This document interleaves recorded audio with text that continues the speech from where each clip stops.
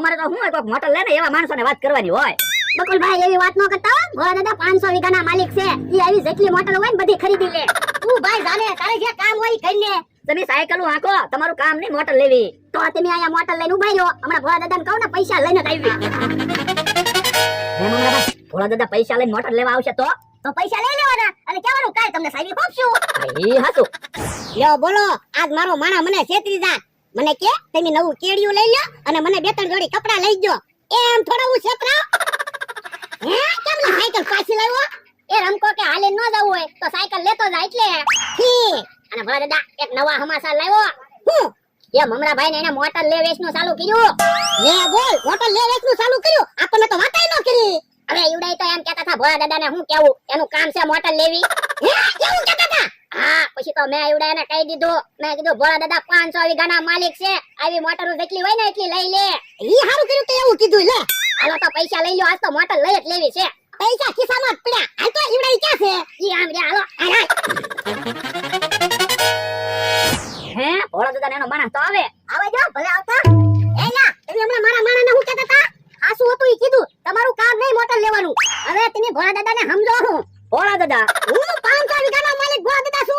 ઈ વાત તમારી હાસી, પણ તોય તે તમારથી મોટર ન લેવાય. હવે એમ ન કહેતા હો, આવી મોટર તો ઉભા ઉભા પૈસા આપીને ખરીદી લાવ. હવે મસ્તી કરો મને, મોટર લેવી તમારું કામ નહીં. આ તો બોલો મોટરની શું કિંમત છે? આપી જો 1.5 લાખ રૂપિયા લઈ જાઓ મોટર. અલ્યો 1.5 લાખ રૂપિયા કરી લ્યો.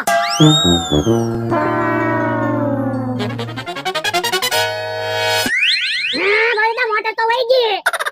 આવો તો પૈસા હમણાં મને છેતરી જાત, પણ તમને મોટર તો વેચી. હવે મોટર તમારી ક્યાં હતી? મોટર તો કોકની હતી. હે મમરાભાઈ એવું હતું? હા બાપા હાલો હમણાં તો હાલો તો. એ હારું. અરે દા હું તે રમકાને સાયકલ ગામમાં દઈ આવું. બાપા હમણાં ઓલા કેટલા બધા પૈસા લઈ જા. લે સાયકલ રમકાને હું દઈ આવું. એ હારું. યો બોલો, ઈ તો હારું છું તાકડે મોટર વહી ગઈ, નકર અમારા તો 1.5 લાખ રૂપિયા જાત ને.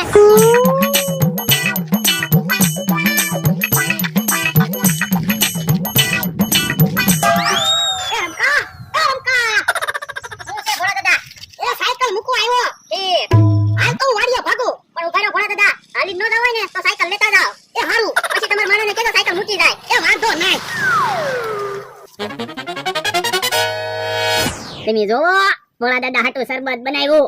હમણાં હાલીને આવશે ને એટલે થાકી જાહે, પછી મને ખીજાય. એની હાટુ શરબત બનાવી રાખું તો મને તો ન ખીજાય.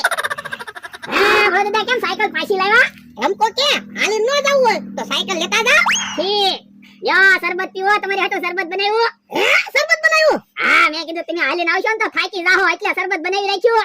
એ હારું, હું શરબત પીઉં ને ત્યાં તો રમકાને સાયકલ દી આય. એ હારું, રમકાને સાયકલ જોતી હોય તો કામ લાગે ને. એ વાંધો નહીં. હે ભાઈ, કોકની વસ્તુ લાવ્યા હોય તો ટાઈમે પગાડવી પડે ને.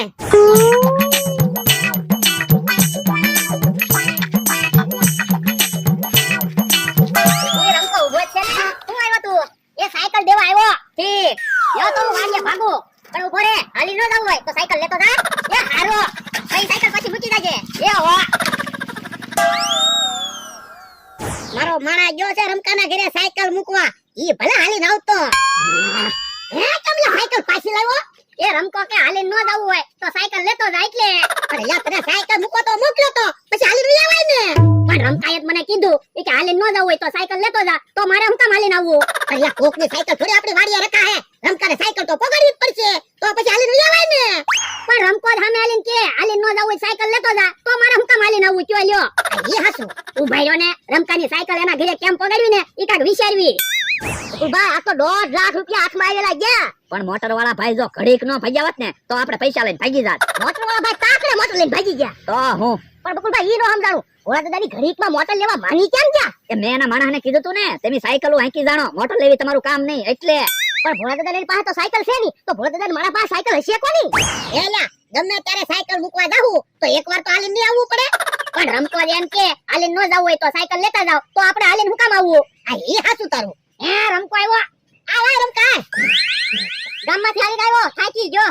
હે તું કે ગામમાંથી હાલીને આવ્યો? હા સાયકલ લેવા આવ્યો. પણ સાયકલ લેવા હું કામ ધક્કો ખાધો? હું સાયકલ આપી જાત. લે તો હું હાલીને ભાગું, તું પછી સાયકલ મૂકી જાજે. ઉભો રે રમકા. ઓય બાપા બેઠો હું. જા સાયકલ લઈને ગામમાં રમકાને મૂકી. એ હારું. રમકો કેટલો હારો. ફેર સાયકલ લેવા ગામમાંથી આવ્યો તો એને થોડા હાલીને મોકલાય. હવે હવે ભલે મારો માણા હાલીને આવતો.